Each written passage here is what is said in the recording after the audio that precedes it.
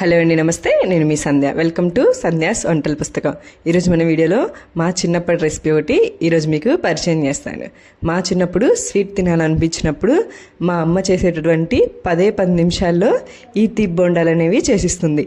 Taste మాత్రం చాలా బాగుంటాయి, రుచి కూడా బాగుంటుంది. మీకు ఎంతమందికి ఈ తీపి బొండాలు తెలుసో నాకు కామెంట్ చేయండి. అలాగే ఫస్ట్ టైం కనుక మన వీడియోస్ని చూసినట్లయితే మన ఛానల్ని తప్పకుండా సబ్స్క్రైబ్ చేసుకోండి. స్టవ్ మీద ఒక గిన్నె పెట్టుకొని అందులోకి ఏదైనా ఒక కప్పుతోటి 1 కప్ వరకు బెల్లాన్ని తీసుకోండి. అలాగే అదే కప్పుతోటి 1 కప్ వరకు వాటర్ అనేవి తీసుకోవాలి.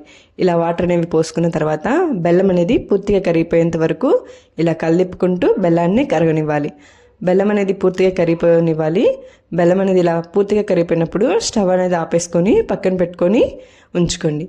ఆ తర్వాత పిండి కలుపుకోవడానికి వీలుగా ఉండేటటువంటి ఒక గిన్నె తీసుకొని ఇందాకలా మనం ఏదైతే మెజర్మెంట్స్కి ఏ కప్తో అయితే మనం బెల్లం తీసుకున్నామో అదే కప్ తోటి 2.5 కప్పుల వరకు గోధుమ పిండి అనేది తీసుకోవాలి. తీపి ఎక్కువగా కనుక కావాలి అనుకుంటే 2 కప్పుల వరకే మనము గోధుమ పిండిని తీసుకోండి.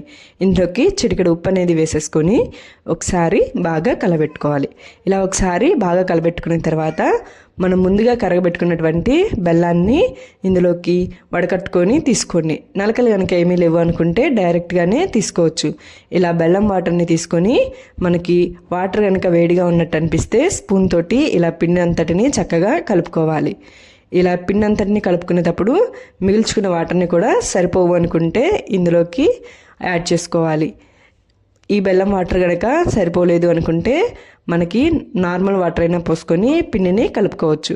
ఇక్కడ నేను చూపిస్తున్న విధంగా అదే విధంగా మనము వాటర్ అనేవి కొంచెంగా యాడ్ చేసుకుంటూ పిండి అంతటిని బాగా కలుపుకోవాలి.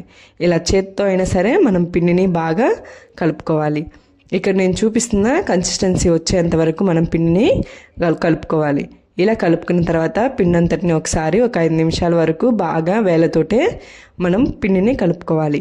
అలా కలుపుకోవడం వలన మనకి బోండాలు అనేవి బాగా వస్తాయి. ఈ మూత పెట్టేసుకొని 1 గంట నుంచి 2 గంటల వరకు పిండిని నాననివ్వండి. చూసారా, గంట తర్వాత మనకి పిండి అనేది బాగా నానిపోయి ఉంటుంది. ఇలా పిండి అనేది నానిపోయిన తర్వాత డీప్ ఫ్రైకి సరిపడా ఆయిల్ అనేది మనం పొయ్యి మీద పెట్టుకొని ఆయిల్ అనేది బాగా హీట్ అయిపోయిన తర్వాత మనం ఇందాక కలిపి పెట్టుకున్నటువంటి పిండిని కొంచెం కొంచెంగా తీసుకుంటూ పునుగులాగా ఇందులోకి మనం వేసుకోవాలి. ఇక్కడ నేను చూపిస్తున్నాను చూడండి, అదేవిధంగా మనము ఇలా వేసేసుకోవాలి.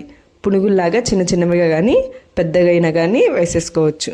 ఇలా వీటన్నిటినీ వేసేసుకున్న తర్వాత మనము గెంట తీసుకొని అప్పుడే కదిలించకుండా కొంచెం పైకి తేలుతున్నప్పుడు ఇలా గెంట అనేది పెట్టేసుకొని ఇలా కలదిప్పుకుంటూ మనము కలర్ అనేది చేంజ్ అయ్యేంత వరకు మనం ఫ్రై చేసుకోవాలి.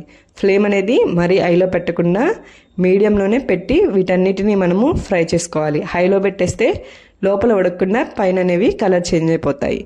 ఇలా చూపిస్తున్న విధంగా మనము మీడియం ఫ్లేమ్లోనే పెట్టుకొని వీటన్నిటిని ఉడికించుకొని పక్కకు తీసి పెట్టేసుకోండి. మళ్ళీ అదేవిధంగా మిగిలిన పిండితోటి ఇలాగే వేసేసుకొని ఇలా గెంటతో చూపిస్తున్న విధంగా ఇలా మనం కనుక తిప్పుకున్నట్లయితే అన్ని వైపులా మనకి బాగా కలర్ చేంజ్ అయిపోయి బాగా ఉడుకుతాయి. ఇలా వీటన్నిటిని తీసేసుకొని పక్కన పెట్టేసుకోండి. వేడివేడిగా ఇంట్లోనే మీరు కూడా రోడ్డు మీద అమ్మేటటువంటి తీపి బొండాలని ఇంట్లోనే చేసుకోవచ్చు. మీరు కూడా ట్రై చేసి ఈ తీపి బొండాలు ఎలా ఉన్నాయో నాకు కామెంట్ చేయండి. మీకు కనుక నచ్చినట్లయితే లైక్ చేయండి, షేర్ చేయండి. మరిన్ని వీడియోస్ కోసం మన ఛానల్ని తప్పకుండా సబ్స్క్రైబ్ చేసుకోండి. Thank you.